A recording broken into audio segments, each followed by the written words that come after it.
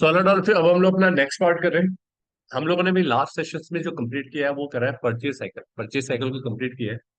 अब हम लोग जो करने जा रहे हैं वो है सेल साइकिल। ठीक है ना, सेल साइकिल बेसिकली क्या है, अपोजिट है परचेज साइकिल का। मतलब अगर आपने परचेज प्रोसेस को सीख लिया है तो आपको सेल्स साइकिल सीखने में या सेल्स प्रोसेस को सीखने में कोई प्रॉब्लम ज्यादा होगी नहीं, क्योंकि उसका सिर्फ टर्मिनोलॉजीज बदलेगी, प्रोसेस सब कुछ सेम है। बस चेयर बदल जाती है। आपकी बार आपको बन के अपने आप को सोचना है कि आप सेलर। अगर आप अपने आप को सोचोगे कि हम सेलर हैं तो सेलर सेलर की तरह रिएक्ट करोगे। ठीक है ना। तो आपको आप अज्यूम करना है कि आप सेलर हो। पहले आप कौन थे, बायर। ठीक है ना, परचेजर थे। तो आप अगर सेलर है तो कैसे प्रोसेस होगा ये नहीं समझते हैं कि अगर मैं कोई परचेज करना चाहता है कुछ सामान तो हमें क्या भेजेगा पहले। यहाँ तो मैंने कोटेशन भी लिखवाई थी। तो कोटेशन पहले हमारे से स्टार्ट होती है अगर कोटेशन से प्रोसेस स्टार्ट हो रहा है। ठीक है ना। अभी तो हम बात कर रहे हैं कि परचेज ऑर्डर। तो ये परचेज ऑर्डर बेसिकली क्या है, ये इसको देता है। तो ये किस जगह पे एंट्री करेगा, सेल्स ऑर्डर। उसके बाद जब ये माल रेडी करके भेजेगा तभी तो उसके बाद माल पहुंचेगा कि नहीं।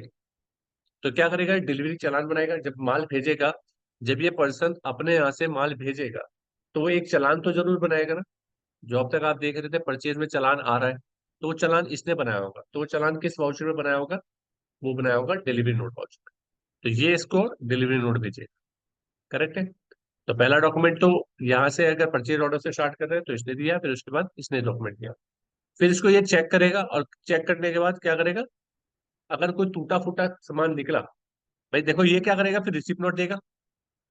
इसने परचेज ऑर्डर बनाया, इसने सेल्स ऑर्डर बनाया, इसने डिलीवरी नोट बनाया, इसकी क्या देगा ये, रिसीविंग देगा। अगर कोई माल टूटा फूटा निकला तो इसका नेक्स्ट डॉक्यूमेंट किस कौन भेजेगा, ये से भेजेगा। फिर ये जब अपने यहाँ एंट्री करेगा तो रिजेक्शन इन करेगा जब माल आएगा।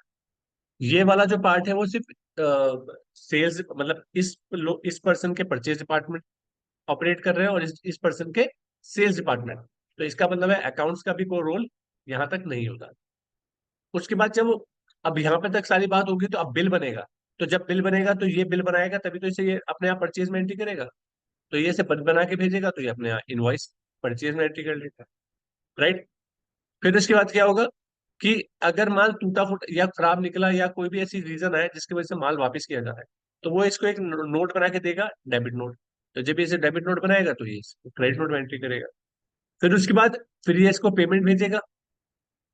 तो ये किसमें करेगा, रिसीव वाउचर में। तो अब हमें कौन कौन से वाउचर इस्तेमाल करने यूज करने, sales order, delivery note, receipt note और सेल्स, और क्रेडिट नोट और रिसिप्ट। तो यही हमें टैली में करना है। ठीक है। अब हम टैली में करते हैं, इसमें कुछ पूछना है, रिजेक्शन इज इसमें ना, ये ना। जब ये भेजेगा टूटा फूटा निकला तो ये रिजेक्शन आउट करता है ना, रिजेक्ट करके आउट कर रहा है। और हमारे इसके लिए क्या हो जाएगा, हम कौन है, ये है।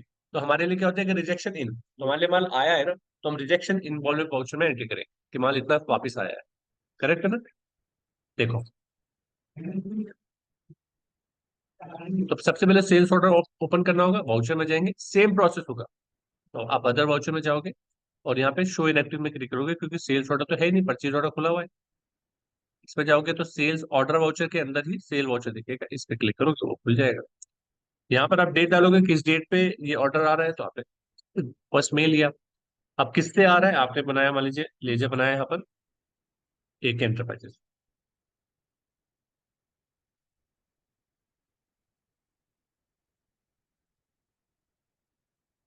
सनरी डेटर एंटर करते हुए एक्सेप्ट करा दोगे। ये सारी डिटेल वही डिटेल है।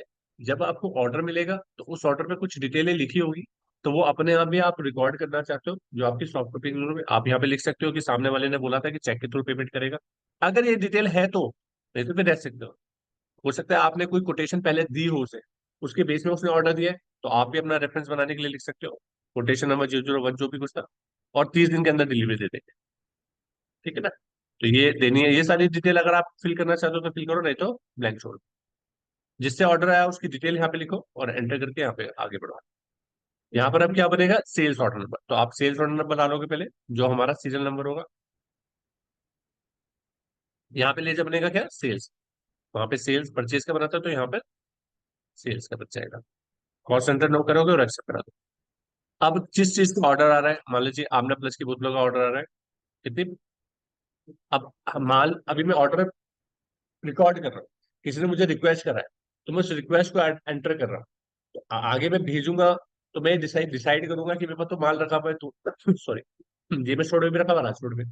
तो हो सकता है ऑर्डर के टाइम पे मैंने डिसाइड नहीं करा कि मैं किससे भेजूंगा, तो मैं एनी रख सकता हूँ। और डिसाइडेड है तो पर्टिकुलर वही गोडाउन रख लो। ठीक है, तो अभी मैं क्या कर रहा हूँ, एनी। कितने का आया? 50 बोतलों का आया। कितने की बोतल बेचेंगे? 90 रुपए की बोतल बेचेंगे। ठीक है, उसके बाद एक और ले लेते हैं, सनसिल्क। ये भी कितनी? 50 बोतलों का। ठीक है, और अभी कितने की? मान लीजिए 100 रुपए की ब्रेक। तो ये दो बोतलों का है, और उसके बाद इसको एंटर करा, इसको करा दिया। तो जैसे मैंने आप बताया था, ये भी एक इवेंट ही है। ये भी इवेंट है ना। इससे कोई हमारे अकाउंट्स में तो हिट होगा नहीं, ये तो सिर्फ हम इसलिए रिकॉर्ड कर रहे हैं जो जो ऑर्डर आए हुए। अब किसको माल भेजना है वो हमारे पास डिसीजन लेना भी बाकी है।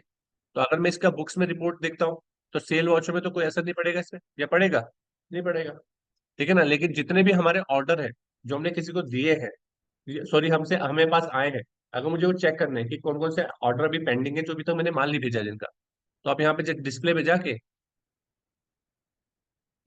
स्टेटमेंट ऑफ इन्वेंटरी में जाके, सेल्स ऑर्डर आउटस्टैंडिंग में जाके देख सकते हो। सॉरी, ऑल ऑर्डर पे क्लिक करोगे, सारा दिख जाएगा कि कौन कौन से ऑर्डर अभी पेंडिंग है, किस पार्टी के।